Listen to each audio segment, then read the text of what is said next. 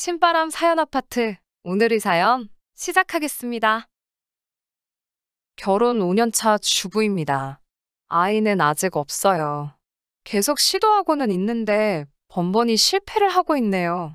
난임이 유전적인 게 아니고 환경적인 요인이 더 크다고 들었는데 저도 이렇게 몇 번 실패하고 나니 괜히 친정어머니가 시댁 쪽에 눈치도 보고 하셨어요. 저는 늦둥이 외동딸로 태어났어요. 말씀드린 대로 어머니도 난임이셨어서 그 당시의 이야기를 몇 번 들어보면 애 못 갖는다고 시댁에서 엄청 애물단지 취급을 받으셨다고 해요. 애도 못 낳는 며느리 꼴도 보기 싫고 할머니는 우리 아들 앞길 망치지 말라고 이혼까지 요구하셨다고 하네요. 새벽에 연탄불에 물 부어서 일부러 불 꺼트려 놓고 애도 못 낳는 게 연탄 관리도 못한다고 부직행위로 엄마를 때리기도 했대요. 아버지는 그날 일로 시댁하고 영까지 끊으셨다고 해요. 그렇게 두 사람이서 아무것도 없이 서울로 올라오셔서 반지하방 전전하며 안 해본 일 없이 사셨다고 합니다. 그리고 뒤늦게 제가 태어나게 된 거고요. 임신 소식 듣고 시댁에서 연락을 해왔는데 딸이란 거 알고 나서는 또 저를 지우라고까지 난리도 아니었다고 합니다. 아무튼 그렇게 두 분은 저 키우면서 고생도 많이 하셨고 대부분 그 당시에 상경에서 서울에 정착하신 분들이 그렇듯 한 곳에 자리 잡고 사시면서 돈 모아 집 조금씩 넓혀가는 재미로 사셨다고 합니다. 반지하에서 빌라로, 빌라에서 아파트로, 아파트에서 아파트로 이런 식으로 말이에요. 처음 사셨던 아파트 근처 지역이 재개발이 되면서 집값이 올라서 거길 전세로 돌려 다른 아파트로 이사를 하셨고 운이 좋은 건지 옮기게 된 아파트도 처음 샀을 때에 비해 가격도 엄청 올랐다고 해요. 고생하신 저희 부모님, 제가 꼭 효도해서 호강시켜드리고 싶었는데, 제가 대학 졸업하고 취직하자마자 아버지는 대장암 3기 진단을 받으셨습니다. 완치율이 그나마 높은 편이라고 들었는데, 아버지 치료받으시면서 우리 딸 줘야 하는데, 아빠가 병원비로 다 쓴다고 미안해하고는 하셨어요. 그래서 그런가 완치율이 높았던 암이었는데도 제 결혼식도 못 보시고, 제가 결혼 준비하던 도중에 돌아가셨어요. 나이도 워낙 있으셨고 치료도 힘들어 하셨으니 어머니는 차라리 잘 된 거라고 하셨어요. 거동이 불편하시니 결혼식 날 신부 입장할 때 제대로 걷지도 못하면 그게 더한이 되었을 거라고. 두 분이 금술이 좋으셨어서 그런가 아버지 돌아가시고부터 눈에 띌 정도로 어머니도 몸이 많이 약해지셨습니다. 그렇게 시름시름 앓으시다가 작년 추석 연휴가 시작되기 전에 친정어머니가 돌아가셨어요. 그래도 얼마나 다행인가요? 코로나로 돌아가셨다면 화장 후에야 장례식을 치러야 한다는 기사를 봤는데 마지막에 얼굴 보고 보내드릴 수 있던 게 말이지요. 명절 연휴이기도 했고 코로나로 엄청 민감하던 때라서 친지 외에는 조문객을 받지 않으려고 했는데 저희 어머니 아버지랑 평소에 가까우셨던 분들은 안 오셔도 된다는 연락에도 부랴부랴 오셔서 저희 어머니가 하는 길 배웅해 주셨어요. 정말 너무 감사했지요. 식구가 아닌 분들은 그 당시 상황에도 이렇게 와주셔서 같이 슬퍼해 주셨는데 저희 시댁 식구들은 아무도 오지 않았어요. 거리가 멀어서 몇 시간씩 걸리는 타 지역에 사는 것도 아니었는데 말입니다. 저희 아버지 살아계실 때 항암제 투석 받으시면서도 그 당시에는 결혼한 사이도 아니었는데 사돈 되실 분 마지막 가는 길 배웅해드리는 게 도리지 아니겠냐며 예비 시아버지 발인날까지도 참석하셨었는데 시어머니는 얼굴 한번 비추지 않으시고 제 계좌로 10만 원 보내놓으셨더라고요. 제사 앞두고 조문 가는 거 아니라고요.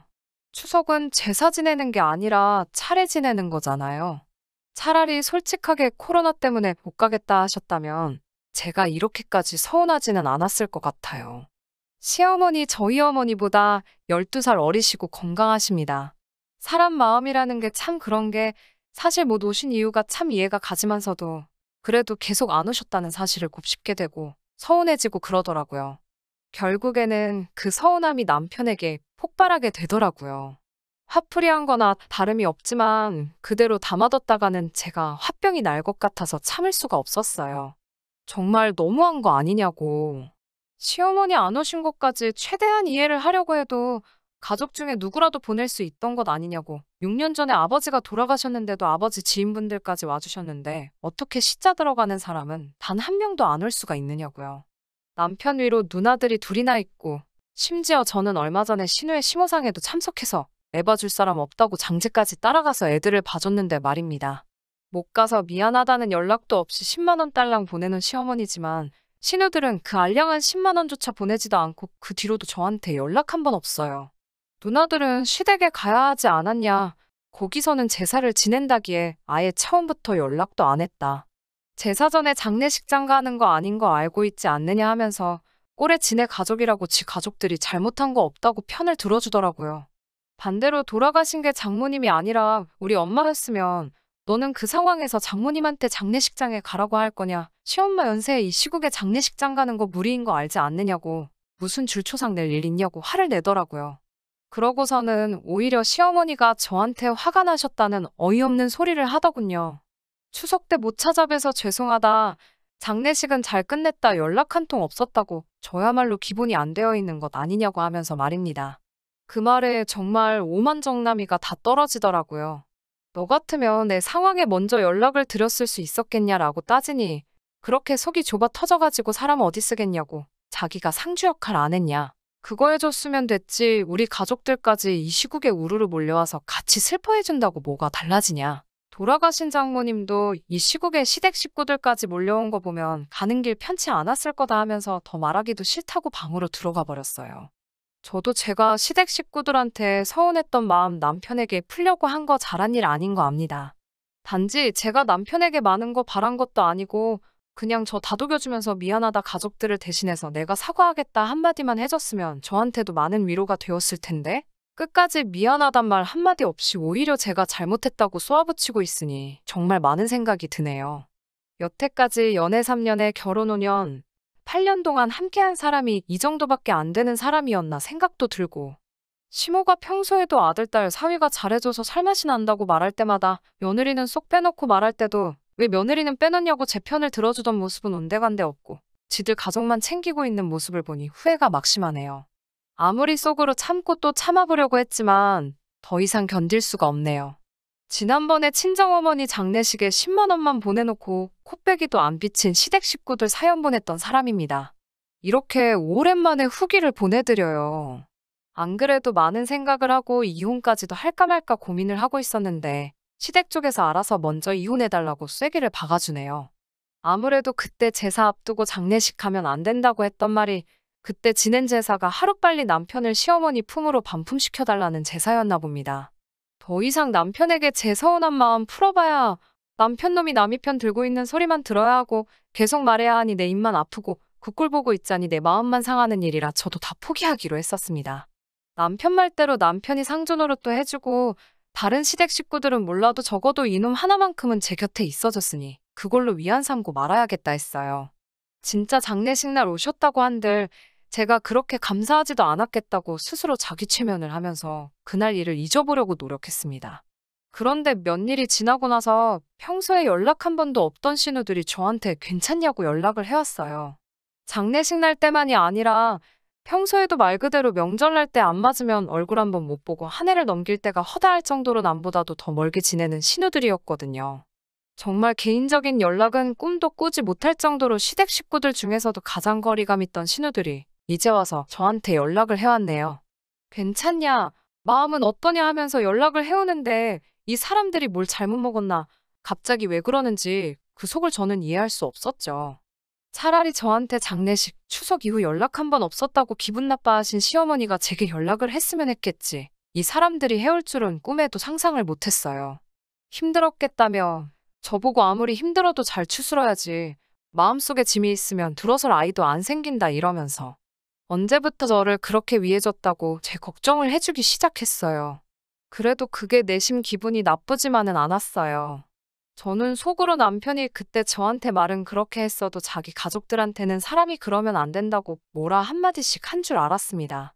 이렇게 해줄 거면 애초에 말을 그렇게 해서 싸움을 만들고 그랬는지 싶을 정도로요. 그날 저녁에 맛있는 것도 해주고 나름 싱글벙글 해 있었는데 그런데 신우들이 저에게 연락을 해온 데에는 엄청난 꿍꿍이가 있었네요. 지난 설날이었습니다. 이제 가야 할 친정도 없으니 시댁에서 시간을 보내고 있었어요. 신우들이 자기들 시댁 다녀왔다가 친정으로 오게 된 날이었지요. 신우들이 저한테 그렇게 반갑게 인사한 적은 여태껏 5년 결혼 생활 해오면서 한 번도 없었습니다. 저녁 식사가 끝나고 뒷정리를 하려는데 신우들이 앞다투어서 자기들이 하겠다고 저보고 쉬라고 하더라고요. 그때부터 뭔가 낌새가 이상했어요. 이럴 사람들이 아닌데 말이지요. 평소에 친정 와서는 손 하나 까딱 안 하던 신우들이 과일까지 내오고 나서 온 가족이 모인 자리에서 저한테 잘해준 꿍꿍이가 무언지 알게 되었습니다. 친정어머니께서 가지고 계시던 서울 소재의 아파트 2채. 사실 하나는 전세를 주고 있는 거라 엄밀히 따지면 한 채 반이기는 해요. 그런데 그 이야기를 꺼내기 시작하면서 어떻게 되었냐고 물으시더군요. 그 집들은 2개 다 제가 상속받게 되었고 하나는 살고 계시는 분 전세로 아직 살고 계신다고 말씀드렸어요. 위치가 어디냐고 물으시더니 하나는 첫째 신우가 하나는 둘째 신우가 살면 딱 좋겠다고 하시네요. 사위들 출근하기에도 위치가 딱 좋다고 신우들은 서울에는 아파트가 없고 다 경기도권에서 살림들을 차렸거든요. 어머님한테 그게 무슨 말이냐고 여쭤봤는데 제 말은 들은 척도 안 하고 거기서는 또 신우들끼리 자기가 더 비싼 아파트에 살겠다고 싸우기 시작하더라고요. 제 말은 끝까지 들으려고도 안 하고 자기가 저한테 더 잘해줬네 어쨌네 하면서 저보고 더 비싼 아파트에서 살게 할 사람을 고르라고 하는 거예요. 진짜로 화가 머리끝까지 올라오더라고요. 저한테 연락하고 잘해줬던 게 저희 어머니 명의로 남아있던 아파트를 지들이서 나눠 가지려고 하던 속셈인 거예요.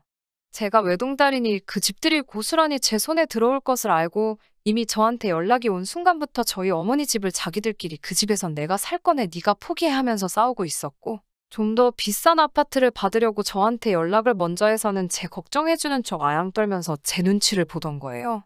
누가 준다거나 한 적도 없는데 말입니다. 그 자리에서 신우들이 준비해온 과일상을 엎어버렸어요. 자기가 더 비싼데 살겠다고 투닥거리던 신우들도 그게 뭐라고 그 꼬라지를 흐뭇하게 지켜보는 시어머니도 남편도 아주버님들도 전부 다 눈이 휘둥그레지더라고요. 누가 그 집에서 살 건지 중대 발표를 하겠다고 하고 전세 주고 있는 집은 이미 살고 있는 사람 계시니 뺄 생각 없고 남아있는 집 하나는 제가 들어가서 살겠다고 했습니다. 남편이 옆에서 우리는 서울에 집 있잖아.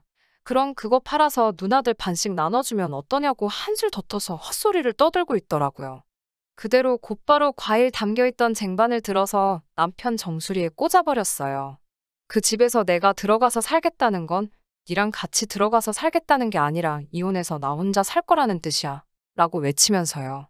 시어머니께도 앞으로 뵐 일은 없을 것 같은데 그래도 꼭 돌아가실 때는 연락 한번 달라고 했어요. 10만 원 제가 부조해드린다고요.